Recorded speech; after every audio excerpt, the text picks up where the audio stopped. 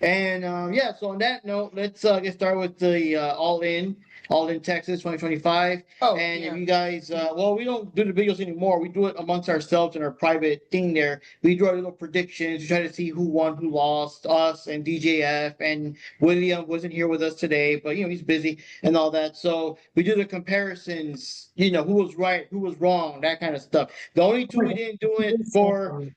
Yeah, the only two we didn't do it was the Casino Battle Royale for the men and the women because you can't predict, you know what I mean? Yeah. But other than that, Yeah, especially if you don't even know who's going to be in it. So, yeah, those are the only exceptions here. Yeah.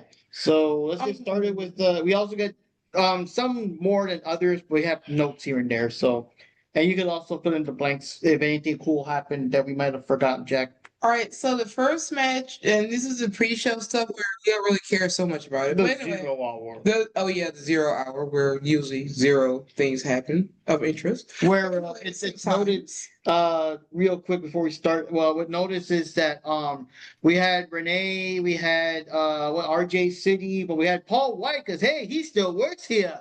You know what I mean? And someone was posting on the message boards like what is even his job anymore? And I'm like reminding you that he still works at AEW. And the thing is, there are some of the scenes you see him is like, oh, can I go home now? He just had that kind of look to me. Yeah.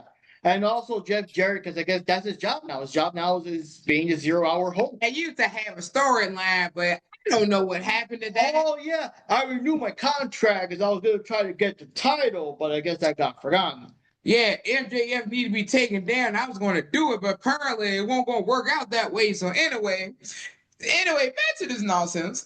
So the first 0 hour match for the Sons of Texas. What about the segment first?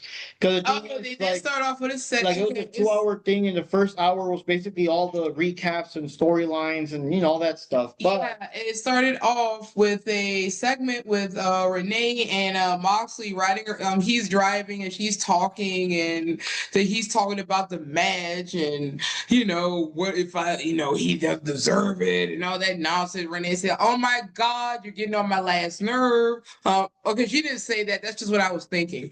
But but it was interesting just to see that though, because this is one of those cases where I kind of prefer that they don't mention that they're married in real life or whatever. Because how does that work? Renee's cheerful and whatever, and Moxie's chewing glass or whatever. So this is like a time where she's like actually concerned that he might lose the title. And then she mentions that it's not just the title; it's also like the social medias and the whatever. So I'm like, you guys aren't appearing on talk shows or nothing. The fuck y'all talking about? Yeah, it's like the old days, Yeah, the problem is Cena would be on shows or whatever. Like the problem is oh, sorry, go on. Oh, I don't want, but I didn't even know for a while back. I didn't even know she was married with Moxley until I guess she keeps mentioning it more recently on the 0 Hour, but I didn't know that. So but the funny thing is like Moxley. Okay, normally Moxley can't come off as cool. Like he's trying to be like all angry and scary, or like scary. He comes off more like irritated that he can't see his kids in a custody hearing. And now in this segment, when they were driving, he was less mad about the match. He came off more like he was angry at a diner for screwing up his eggs. And I'm just like, this is the scary guy? This guy's like, I'm just telling you, Renee, I just wanted my eggs well done, over medium, and they were runny. All right. You don't understand. She's like, if you don't shut up about the eggs, I'm going to it's like at that point. Like that's what it felt like. It didn't feel like in an interview. It felt more like POV where we're hearing them complain about a place they went to eat. Yeah, and then Renee barely any interaction with them at all during most of the run or whatever. You don't see her like try to interview them or anything like that. And now all of a sudden, or even saying like, why do you like Marina so much? Yeah, that's one thing. I was gonna say that Marina acts way too defensive over Moxley in some of the matches, and some points where she even like takes hits meant for him and stuff like that. I'm kind of like, if you're gonna have Renee interact, let's kind of see there, like by the way, what's going on with you and Marina?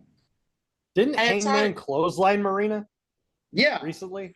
Okay, Yeah, so but there was a time where I think it was maybe Hangman had some chains wrapped around and he was gonna sock Moxley, but then like Marina got in the way, like he stopped, but she like got in the way. She was willing to take the No. hit for him, and I'm kind of like, but that was not here. It- That was in the Dynamite or whatever. But I'm kind of no, like, I'm saying in the go home show of Dynamite, in the go home collision, he Yeah. literally said, it's like, well, this is for you, and he like decks her and like clotheslines her. Like he actually clotheslined Marina.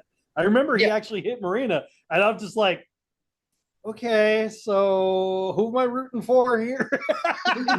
yeah, but she plays off the person you want to see hit. You know what I mean? I But what I'm know, trying to say though is that yeah, there's times where she's literally like jumped in the way to take shots from Moxley. I'm kind of like, okay, that's going beyond just being a stooge. You know what I mean? Like this is where Renee's got to ask a little bit of questions. You know. And they could just do some kind of storyline. They could have done like a storyline where Renee is she's doing her commentating thing, trying to be all professional, but at the same time, she has her resentment toward Moxley because of the attention she's giving to Marina. Yeah, something. I mean, he's given to Marina. I mean, at least it'll make something a little more interesting. Yeah. But anyways, for this segment, it was just kind of weird because it just felt weird that Renee cared so much about Moxley losing the title and whatever when she's been absent this whole time in terms of being involved with Moxley anyway. But anyways, let's get to the actual match. But that was an interesting segment. The rest was the usual like recaps here and there and stuff like that. And Tony Storm calling herself a big bottom whore and all the stuff that we're used to her saying. But anyways, let's get to the I know. They never get away with so much. But anyways. Anyway, so the first 0 hour match, which was rearranged because of the other stuff I'm gonna mention later, is the Sons of Texas versus Shane Taylor Productions. Sons of Texas won, and everyone got a point for that one. Wait, actually, I only got a point for this one. That one was me and Mark and everybody else went for the Shane Taylor production. And the only thing that we noted there was how Kevin Von Erich used the Iron Claw on Anthony Ogogo.